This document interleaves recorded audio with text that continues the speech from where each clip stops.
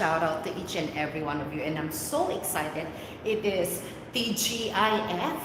I always have TGIF specials since doing my YouTube the past 3 years, and I'm so excited to get this back on track, that I'll be able to be here for you guys. And mega fabulous shout out to each and every one of you that's listening right now. And yes, so we will be tackling today a matter of emotions, your feelings on emotional wellness, emotional health. And the other day, I think I was touching on the topic of mental wellness. Now, let's go through the other aspect of your life, which is the emotion, your feelings, your emotional health, emotional wellness, which not too many people tackle or touch this very important topic as well, right? On how you feel about things, how you feel about certain circumstance, certain situation that you may be in, right?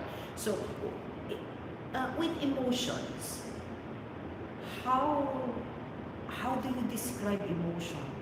How do you describe feelings? How you act in a certain circumstance, in a certain situation? Yun may sinasabing, when you're faced with a certain circumstance, right? Meron yung flight or fight reaction. Meaning to say, let's say you're in a certain emergency. All right? Ito typical when you're in a fire situation. All right? Just to, I wanted to give this particular example so we can really dig in on how emotion and feelings takes place in our lives. Now, we're in sometimes even take over ng ng pag-iisip mo, that your feelings is more kumbaga grabe yung niya, nag-activate siya na sometimes without thinking, right? Typical example is sunog, right? So sunog, of course, it's unexpected, right? So, pag may sunog, how do you feel? What do you feel? Right? Natataranta ka. You don't even think. You just sometimes you're trying to scream, So, dito natin mati-describe, ganito pala, when my emotional level is way at its peak, that, you're not in control of the situation, right? Yung tatakbo ka, no?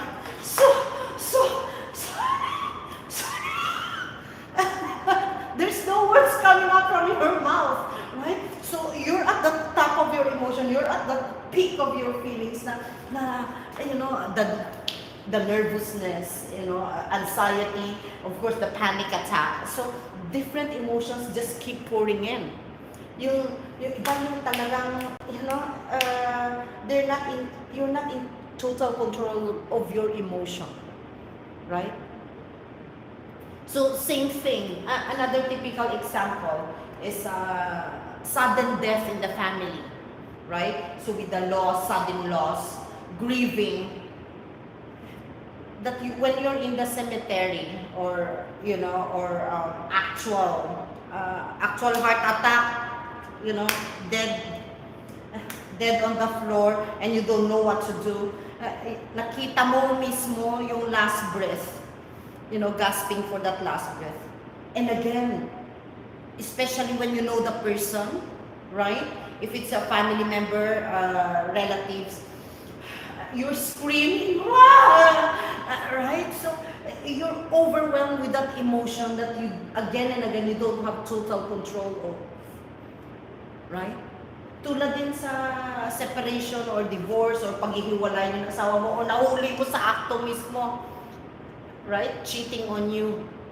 So again, you're at the peak, at the very height of your emotion. So or let's say you're trying to go into a carnival or yung mga peryahan, you'll be in a Ferris wheel, o kaya yung mga talagang daredevil na mga rides. You know, you're screaming at the top of your lungs. Right? Na, bakit ako sumakay dito? I can't breathe, it's so scary. Right? So, iba't ibang emotions nararamdaman natin. So, we have feelings of sadness. We have feelings of elation. You know? With emotions, nandyan na yung happiness, you're extremely elated, you're extremely excited, you're very happy, you know. And on the positive note, meron din yun na you're very surprised, na surprise ka, you know. And on the other hand, nandun din yung sadness, grief. You feel, when you're feeling blue, you feel down, you feel sad, you know, you feel at your lowest moment. Right? So, iba't ibang emotion. Right? So, we will be having and we will be tackling different series on emotional health and emotional wellness as well. Alright? So, first and foremost, as we mentioned about emotional wellness, how many of us that we ask ourselves sometimes that we can just sit down like, you know, I need to step back and reboot, you know, when you feel so tired emotionally, you feel emotionally drained, you feel mentally drained, sige ka pa rin ng sige, hala, you know, you don't stop until such time na feeling mo bibigay na yung emotions mo, feeling mo bibigay na yung feelings mo na you know what, I'm emotionally drained, I feel down. Kasi ano na eh, again, the imbalance, right? Remember the one that I discussed the other day, you feel, you know, at the very lowest moment of your life, na, wait a minute, I feel alone, you know, you tell yourself, I'm feeling down, you know, all these emotions, all these feelings that came into your senses, that sometimes you lose control of. Hindi mo alam, you don't know where to start, you don't know when to pause, sige lang ng sige.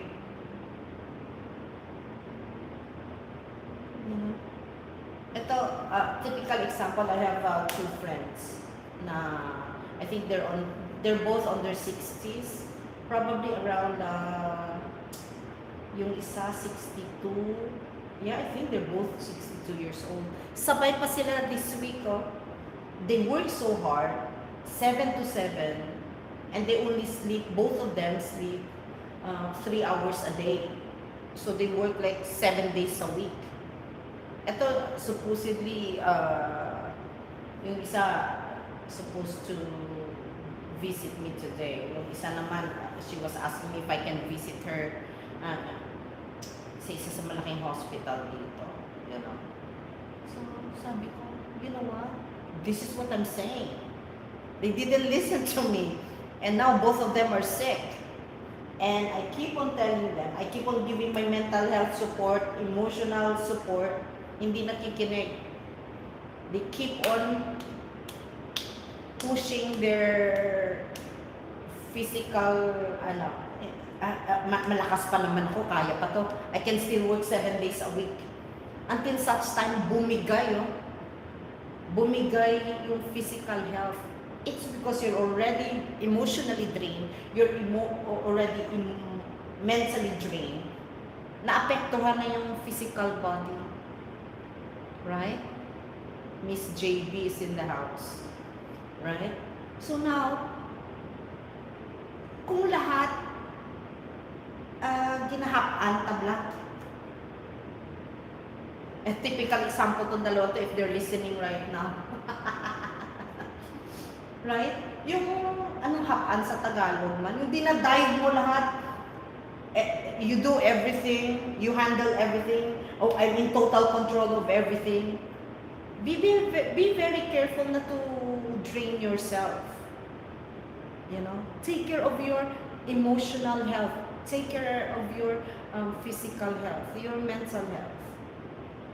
Nakakalimutan natin, sometimes we take for granted yung emotional health natin. Kaya yun yung sinasabi, kung may IQ, may intelligence quotient, meron din sinasabing emotional quotient. Where is the level of your EQ, your emotional EQ right now? Right? So hindi lang IQ dito, intelligence, meron din EQ, emotional quotient. So there are ways how to strengthen your EQ. Your EQ, you're in total control there. Right? You're in total control of your emotion. Let's say for instance, sobrang galit ka, akig ka katamaan, you can control it by what? Go outside, take yung sinasabi, why don't you step outside and get the fresh air? You know? Why don't you step back, just pause and relax for a moment? You know? Huminga ka ng malalim, Mr. Ariel Nepomuceno, thank you so much for being here.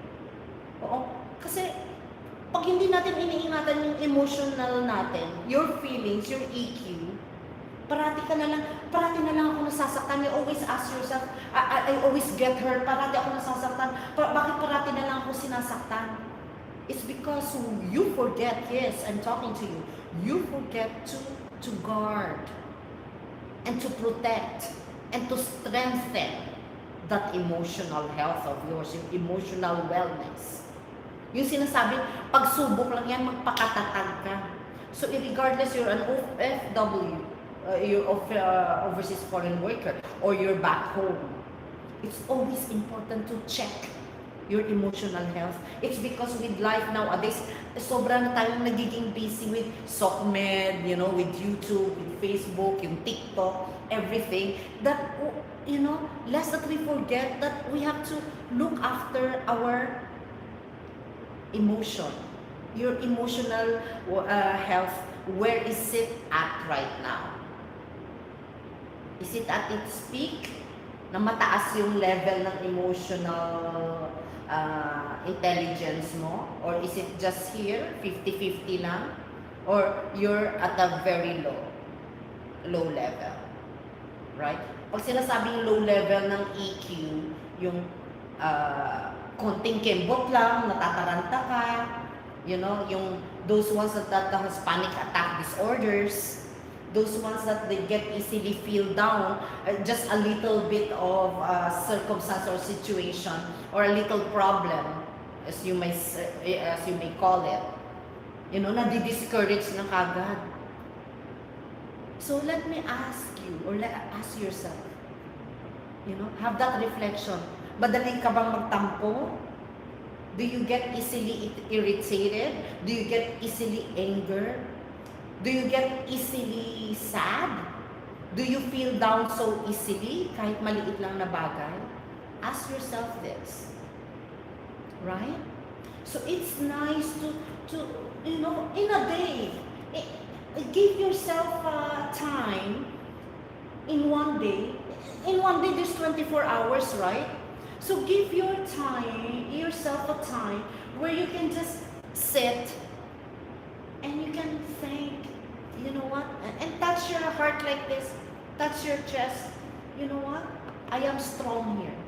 Tell yourself that. Kasi whatever we dictate our emotion, again and again, it sits in your subconscious state of mind. So if you're to tell yourself, I'm better than this, I can overcome trials, I can overcome challenges. I will, starting from now on, I will organize things in your day-to-day endeavor, day-to-day tasks. So sa mga daily tasks natin, no, Mr. Ariel and Miss JB, no, that we delegate. Yung sinasabi, i-delegate mo. Ikaw ang maghugas ng pinggan na dito sa bahay, ano tayo, let's say for instance, real talk, no? Sa loob ng bahay, nakikita, we always see our mom cooking, cleaning, and everything, doing the household chores. Non-stop kasi when you're a mother, no? Walang day off, the 24/7, 365 days a year. So, tayong mga anak o mga pamangkin, if you see your tatay, if you see your nanay, if you see your tita working hard, yung nasasanay na ng mga mata natin that, oh, they're serving us. So, have that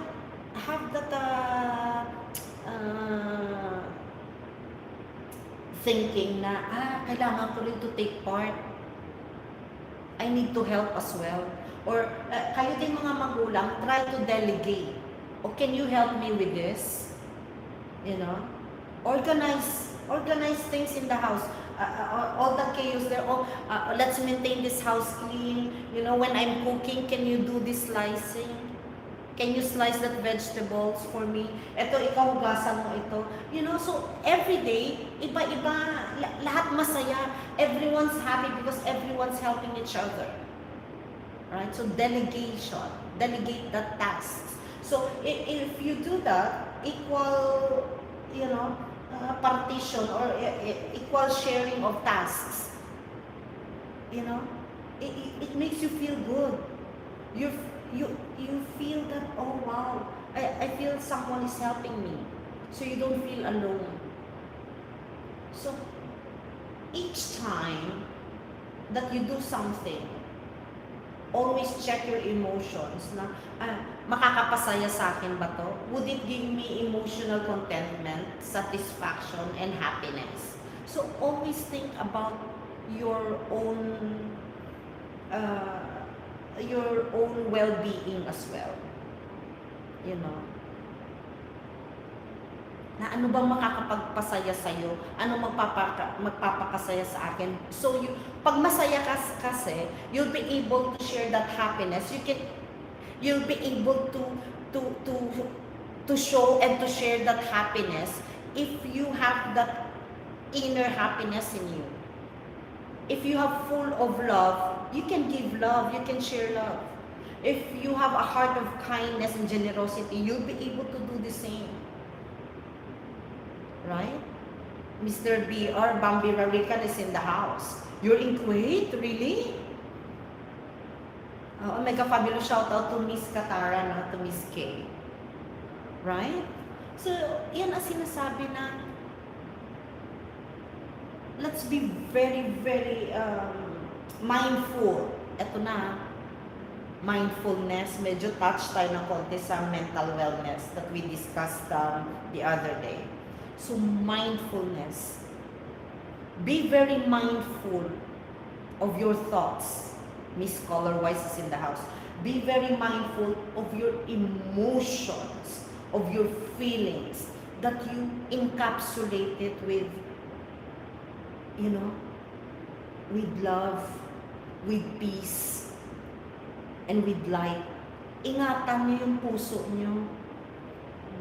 Yan, di ba, there's a song, please be careful with my heart. Please be careful of your heart. Right? So take good care of yourself. So you'll be able to care for others. Right? So yung past hurts din, dito na naman tayo mag-touch ulit, yung past hurts, yung mga sufferings mo before that you feel your failure in your relationship in the past, you feel that you stumble and fall, you know, you feel that you weren't successful with your past relationship. If you have to undergo through that process, let it be. Because when you undergo that pain, when you undergo the process of breakup or separation, you'll be able to stand up again. Baby step, you can, you know, you can get up again. We stumble and fall, but you can lift yourself up again. Right? Miss Mary Jane, no? So, pag makabangon ka ulit, yung sinasabi, babangon tayo, makabangon ka ulit, you can tell yourself, wow, na-overcome ko yung past hurts ko, yung separation before. Sabihin mo sa sarili mo, I was able to cope with the pain. I was able to cope with the hurt. Now I'm okay. Tell yourself that. Right? Miss Mary Jane Rodriguez, Miss Colorwise, Miss JB, Mr. Bambi Radical. Now you're able to heal yourself because time heals. Right? And you meet new people, you meet different circumstance again na nahaharap mo na parang wala na lang sa'yo. Sasabihin mo sa sarili mo, wala nang mas masakit pa sa naranasan ko before. So now, you try to compare yung past hurts, yung malaking dagok sa buhay mo before. Then you can say, I'm a better person. Because I'm able to, to face today and tomorrow with a stronger me. Right? Kumbaga, na ano ka na eh, yung iba sinasabi, kahit anong sakit pa yan, kahit anong sakit pa yung darating sa buhay ko, kahit anong unos pa yan, you can tell yourself you're able to overcome it again. Kasi wala nang mas kukumpara pa sa sakit na naranasan mo before. Right? Kapit tayo. So, kung ano yung mga sakit na naramdaman natin in the past, doon mo hugutin yung strength mo. Kung ano mang darating pa mga problema, wala na lang yan. Sabihin mo na lang, you know what? Whatever comes, whatever trials, whatever problems that comes my way, I can tell myself I'm better than this. I can tell myself I can cope with it. Fine. I'll be able to easily adapt. I'll be more flexible. I have learned from my past mistakes. I have learned from my from my past relationship. You can tell yourself that you'll be able to face what's today. You'll be able to cope so easily. You'll be able to strengthen your coping skills. Right? So later on, after nito, pag-end ko nitong live na to, i-end ko siya, I'm going to tackle about depression. Okay? Very important to. Walang nagdi-discuss nito ng mga kakilala nating mga live streamers. It's very important that, that I'm like, you know what? I'll discuss on this. I'll dissect different different emotions, different i-dissect ko isa-isa rather than isahin ko siya sa mahabang live stream. So I will end and then I'll do another live stream after this. Right? So again, always check where is my mental health well-being. Second, where is my emotional quotient, my emotional health well-being is at. Nandito ba siya at this level? 80% ba siya? 50%? 100%? Right? Always protect your feelings.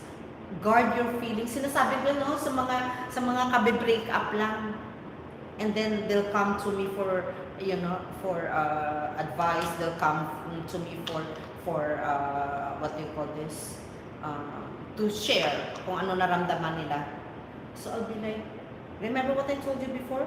Guard your heart. Guard your feelings. That when you love, don't give 100%. Right, Miss Sweet Lou General, no? 50-50 lang. Magtira ko sa sarili mo. Right?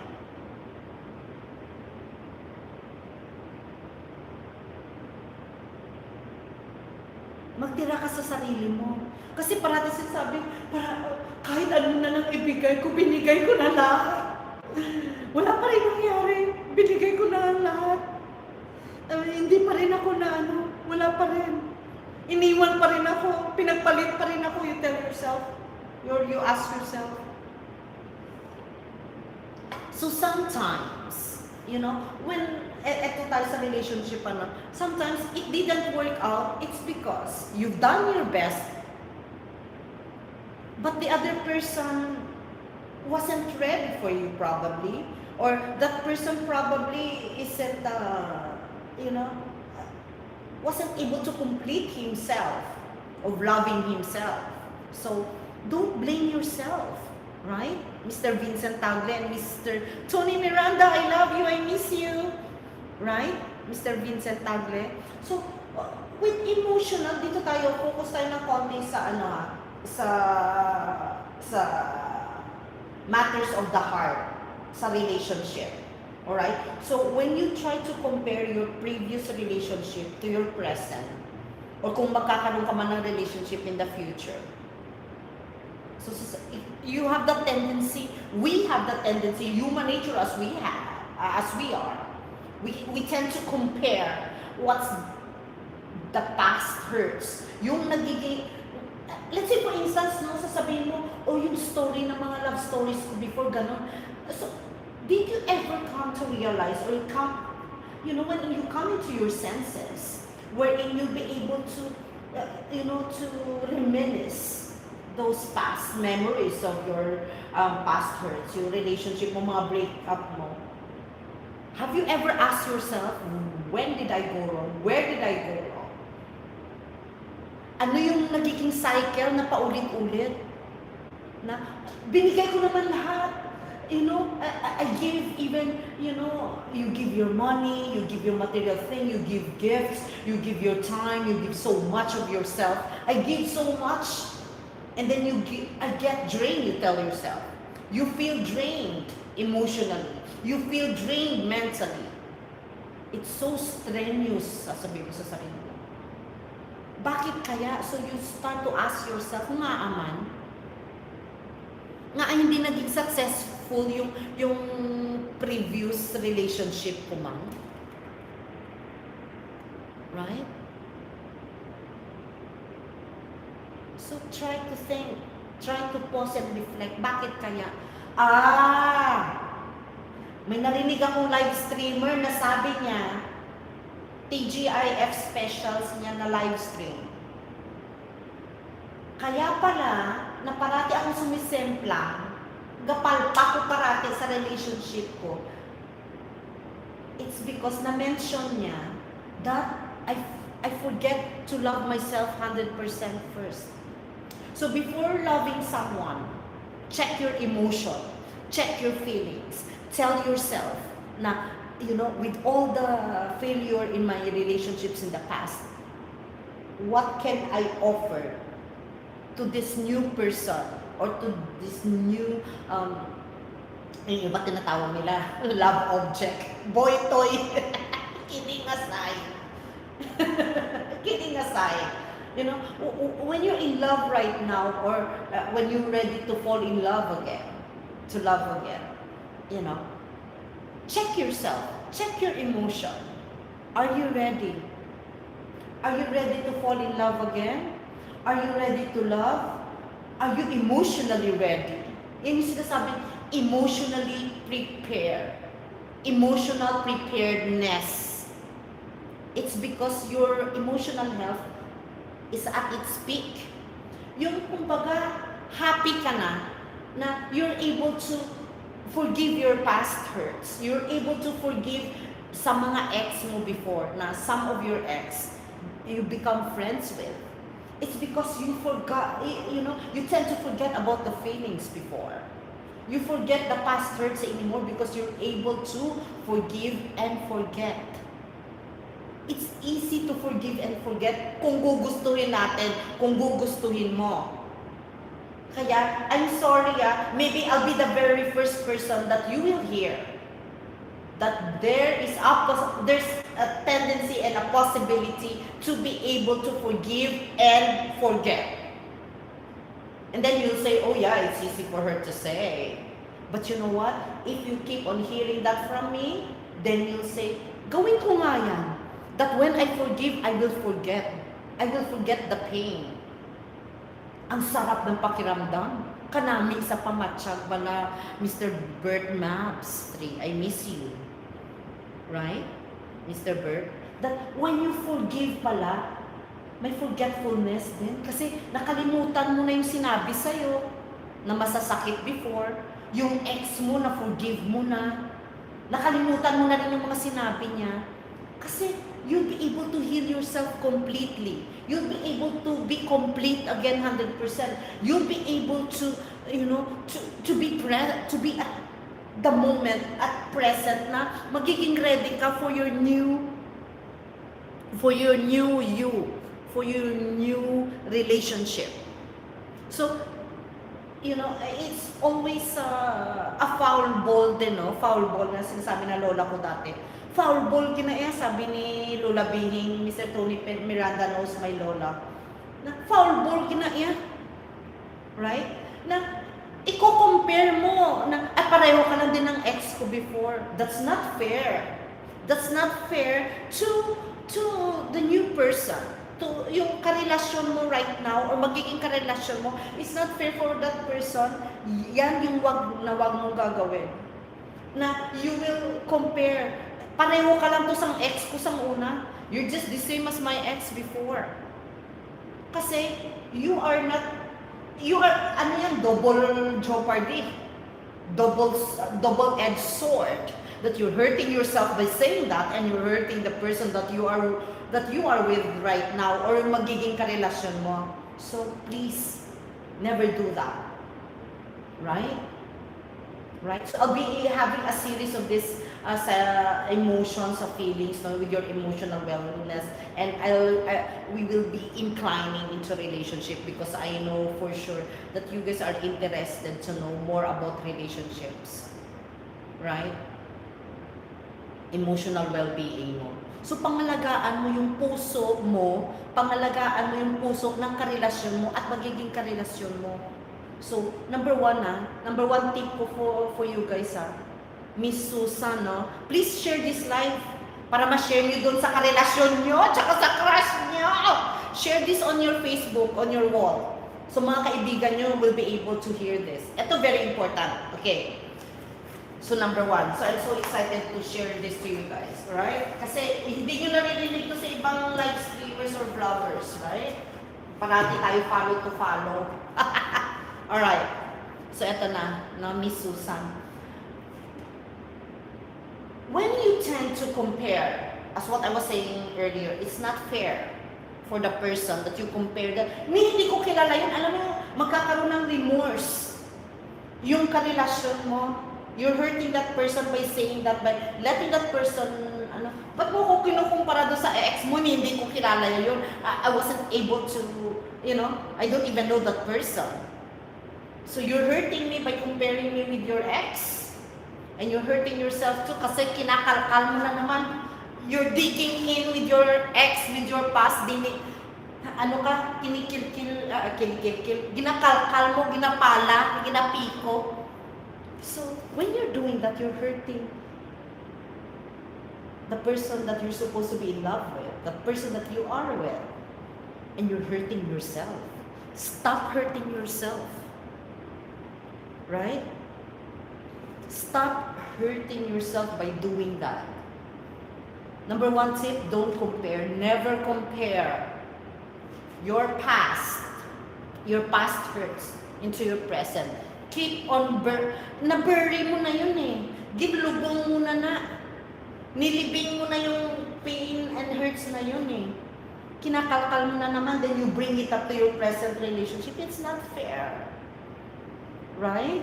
So, to have that emotional maturity, to have that healthy emotional wellness na sinasabi ko, if you want to be at the level of your emotional quotient na tumaas, may scoring yan eh. Pag tumaas yung score ng emotional health mo, na-affect din yung mental intelligence mo. Right? So kung meron tayong mental intelligence, meron din emotional intelligence. You know what I'm saying? So, it has to be balanced. In life, we need that certain balance. We need that kind of balance. Right? So, instead, I'm so inspired, it's because I'm happy with my past hurts ko before, the pains that I experienced before, it has made me stronger now. Right? And making friends, may mga fans sa labas. making friends or having your ex, kasi yung mga ex nyo, nakilala ka niya ng lubusan eh. You get to know your ex too very well. So, your ex can be your best friend too. Hayaan mo na yung dati kasi you forgive that person, ang sarap ng pakiramdam. You know, once you forgive and you forget, and then by the time itong present mo, nakikita ng present mo na karelasyon, asawa mo na yan, or husband mo na yan, Miss Mary 0522, mega fabulous shoutout sa YouTube. Oh. So now, makikita na, I'm so inspired with this person. That person will stick with you. That person will be inspired by you. It's because you are complete. So, hindi mo yung sabihin, I'm sorry, I beg to disagree yung nagsasabi, hinahanap ko yung aking, may other half, para maging complete ako. So, paano you have that expectation that you only have, that you're looking for someone to fill in that half, to fill in that emptiness in you. You'll only get frustrated, my friend. I'm sorry to say that. I assure you, you'll just be disappointed, you'll just be frustrated. That you keep on looking, you keep on searching for that perfect person na, to fill in the imperfectness in you. Right? So before you fall in love again, before you get into a relationship again, make yourself whole. Make yourself healed completely. Kaya may sinasabi, iba may panakip butas, no? Sige lang, ma-date lang ko anay ulit so para ma-heal ako. You're hurting yourself more. Pero, on the other hand, if you say like, oh, you know what? I've learned from my past because she said, there are no mistakes in life, only lessons to learn.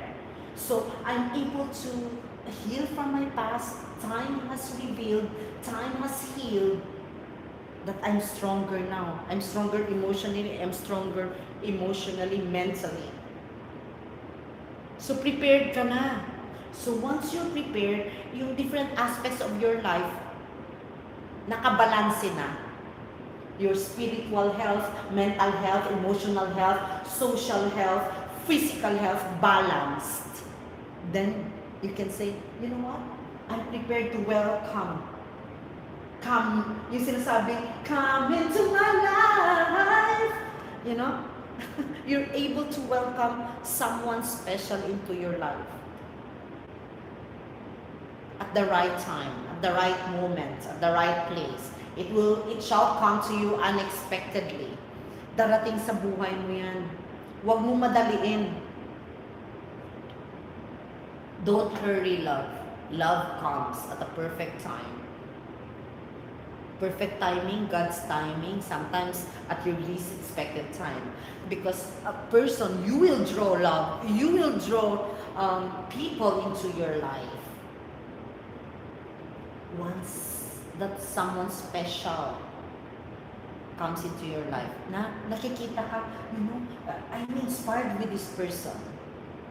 Napakabait ng tao ko, napaka-kind. I see something in you that I didn't see. Be radical, be different. That you can draw that someone special into your life. Mamamagnet mo yun. Mamagnetize mo yung crush mo. Mamagnet mo yung sinasabing law of attraction. You'll be able to attract that certain person. You'll be able to attract itong mga gwapo. Ba't ganda-ganda na? Ba't gandang-ganda sila sa'yo? Or that certain person na crush mo, na-develop yung feelings sa'yo. It's because nakita yung confidence mo, nakita that you're a complete person, nakita na you're ready to fall in love. Hindi mo naman sasabihin na ready na ako. You don't say it. It just show into some words that comes out in your positive words, your kind words, nakikita into your actions na masayahin kang tao. People will be attracted to you. Right? Yan yung sinasabi, friends of the same feathers flock together. Right? It's because they attract together. They attract the same or common. May commonality sila. they have this common attributes, positive attributes. They have common hobbies. They have common sports na gusto nila panoorin. Right? You draw people into your life of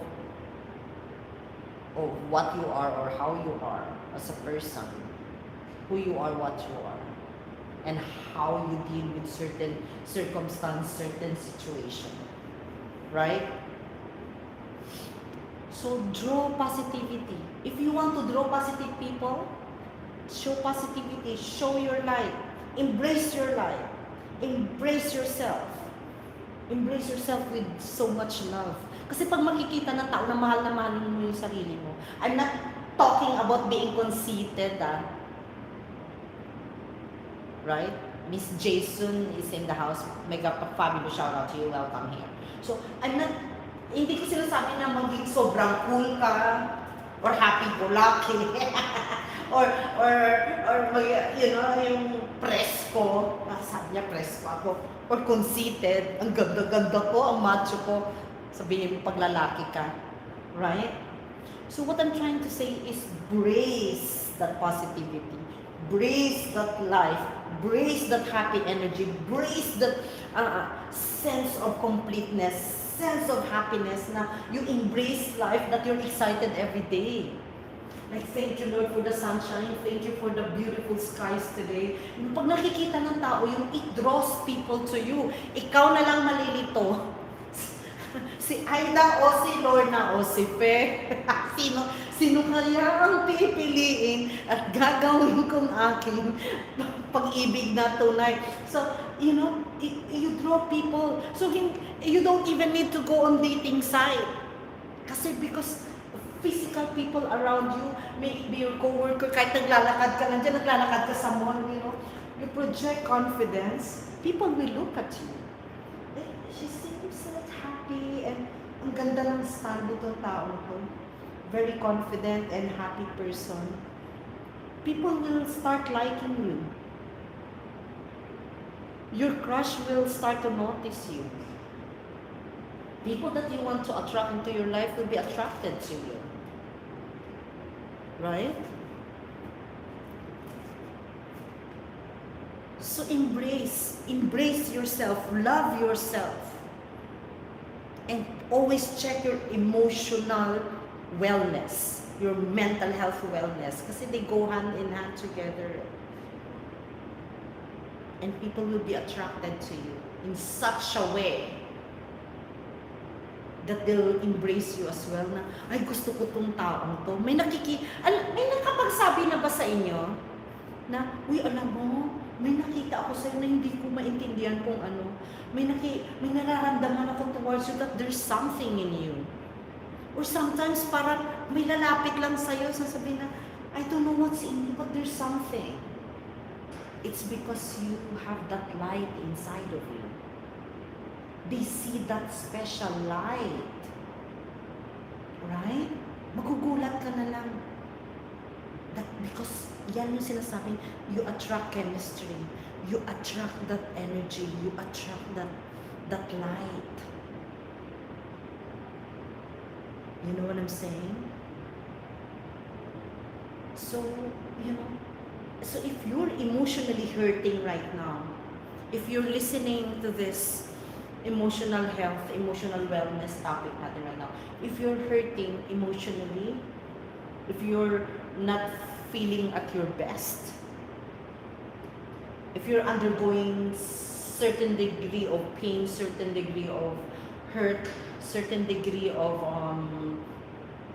emotional breakdown or emotional heartbreak, or you just have undergone recent separation, o yung past hurts mo, it's still hurting you here, heal yourself now. Don't lengthen that suffering. Don't let yourself suffer. Life is too short to keep hurting yourself. Life is way too short to waste on negative energy. Life is too short to waste on so much pain. Life is too short to you know, not to heal on that grieving. of your loss. Because time and time again, and I say it again and again, we borrow this life. Nandito lang tayo, nakikirent lang tayo dito, we're healed temporarily. So while you're still breathing, while you're still alive, embrace life at its finest. Embrace life at its fullest. I-reels ko to, magre-reel ako nito. Alright? Mr. Hill Padernal. So pag nakikita nung tao na you're able to function at your best, you're able to embrace life at its fullest, if you're able to heal completely from your past pains, from your past hurts. Kasi yung mga pains natin before, mga pastors, doon ka ngayon nahuhugot ng lakas. Because you can tell yourself, I'm a better person. I'm a stronger person now. Na kahit anong dagok darating sa buhay ko, I'll be able to accept. If someone in the member of your family or your relatives will pass away someday, well, that's the reality of life, right? Yung magulang natin, our family members, our relatives, pinahiram lang sa atin yun ng Panginoon. So we can tell ourselves and we can tell God, Lord, thank you na-meet ko tong nanay ko, thank you na-meet ko yung tatay ko, thank you na-meet ko tong mga wonderful titas ko, pamangkin ko, and my life partner or yung boyfriend mo, girlfriend mo. Be thankful. Be thankful na napahiram sila sa'yo. Be thankful that you're able to meet them. If you have a wonderful mom or if you have a wonderful partner, you're so blessed. Kasi nga hindi namin na-meet. Ako sinasabi ko parati yung namatay yung nanay nyo, kinukwento sa akin, my mom was a wonderful mom. She's the best mom in the world. She's the best dad in the world. You know what? You're so blessed. How I wish. Sana na-meet ko yung nanay mo. You know, to be able to comfort that person. Ang sarap sana kung na-meet ko pala yung tatay mo. No? He's a wonderful person. Right? So let's be grateful. Let's be thankful in every little thing. In all small things. Let's be thankful. Because tomorrow may never come. So while we're still here in this, yung sinasabi, habang nandito pa tayo sa ibabaw ng mundong ito, let's be grateful. Let's be thankful. Be thankful for the moment. Because tomorrow may never come. Life is way too short. Life is short. So while we're still alive, while we're still here, embrace. Right? We spend so much sa reels natin, mag-follow to follow, punta sa mga malalaking channel, punta sa kung saan-saang channel, so para maka-follow back sa'yo, para maka-subscribe sa channel mo. But please don't forget to spend quality time with yourself. Have a me time. Right? Thank you, Mr. Jason. So, have that me time, your me moment with yourself. And quality time with your loved ones, with your family, with your best friend. Right? Parati ko sinasabi, especially with your parents, especially with your mom and when you're with your dad. It's because by that time, that someday, somehow, they'll go to heaven, they cannot hear us anymore. You just get to visit the cemetery na lang. So while they're alive, show them. Feel in their emotional wellness. Show them that you care. Show your love. Show compassion. Tell the people that you love them. That you care for them. Say it. Both in words and with action. Right? Embrace the people that you care. Embrace the people that you love.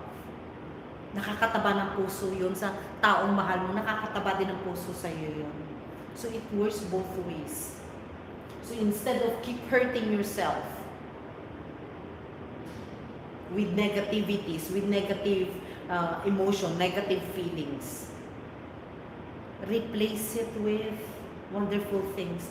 Replace it with lovely emotions. with happiness, with positivity, with kindness, with kind words. Right?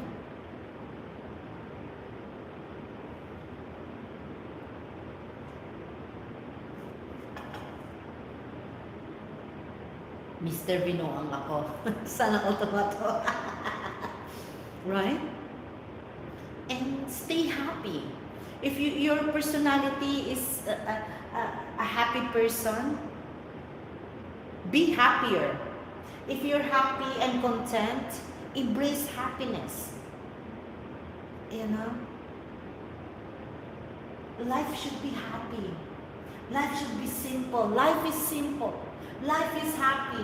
Life is happiness. Happiness is life, and happiness is a choice.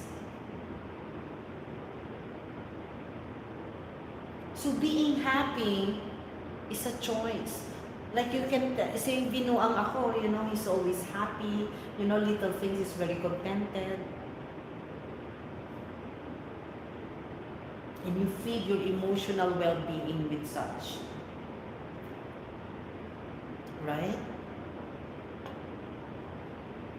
Kung lahat masaya, you know, ang gaang ng pakiramdam, ayun sinasabi, ang gaang-gaang ng feeling, Mr. Binoang ako.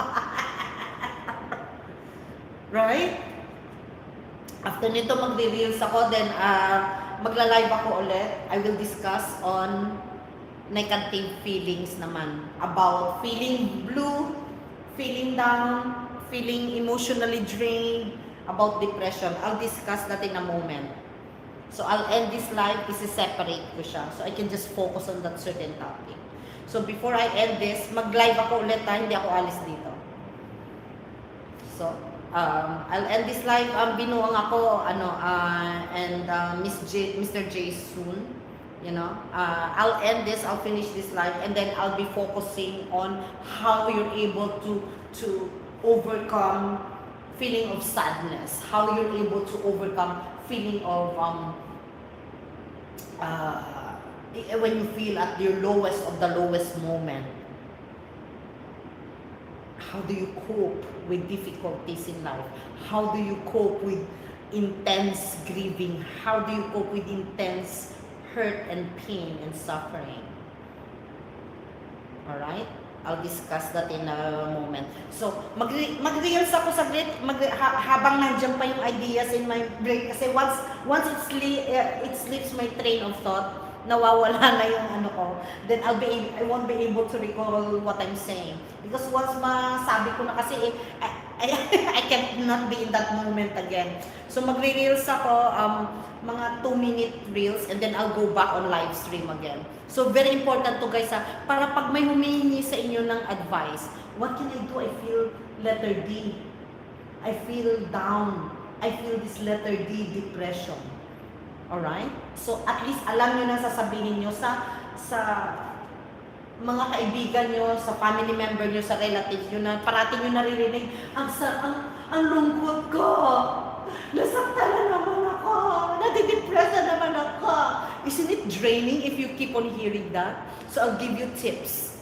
Very important tips. And I'm so excited to share it right now. Alright? See you i-re-live ko to ulit. I love you, and please share this live stream para mapakinggan ng family member nyo and your friends as well. Alright? I love you. And alright, mag-reels lang ako about this emotional wellness. And before I end this again, so always think to, you know, love yourself, love your neighbor as you love yourself, love your family, you know, spend quality time with yourself, spend quality time with your special friend, with your loved one, with your family. Alright? Good evening, Miss JM Ibanez. Mag-e-end ako kasi magre-relive ako regarding depression, regarding sadness, regarding feeling blue. Alright? I-relive ko to. I-set ko lang to ulit ha. So, again and again, embrace life at its fullest. Embrace life with excitement. Embrace life as if you're spending it as if it is your last. Alright? Be excited with life. Be in the moment. Alright? So, spend quality time. Spend quality good and great quality of life. Alright? Mag-reels lang ako about emotional wellness and I'll see you in the next few minutes on the next live. Magla-live ako, hindi ako alis dito. Alright? I love you. Miss JM, see you. I-relive ko lang to ulit. I'm gonna send it again. I love you, party people. TGIF. Mag-live ako ulit, guys, ha?